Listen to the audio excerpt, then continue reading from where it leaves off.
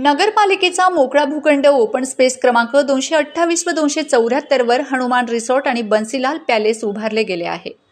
15 वर्षांपासून बांधलेल्या या वास्तूवर कुठलीही कर आकारणी नाही।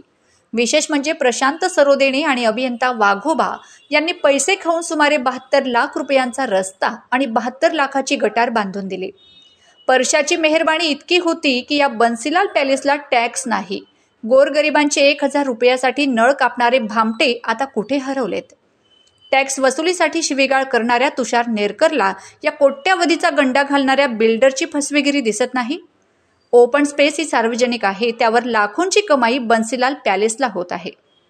यावरील बांधकाम ही बेकायदा आहे। खाजगी जागेवर रस्ते गटारी न पाणी कशा उभारल्यात? तांबेपुराकडे जाणाऱ्या रस्त्यावर मोठमोठे खड्डे पडले आहेत, ते नपाला दिसत नाहीत। या ठिकाणी शिरीष चौधरी आंदोलन का करीत नाही? कोट्यावधीचा टॅक्स लूट करणाऱ्या या बन्सीलाल पॅलेसला 15 वर्षात साधी नोटीस नाही। कर निरीक्षक संजय चौधरीने अशी बरीच लूट नपात केली आहे।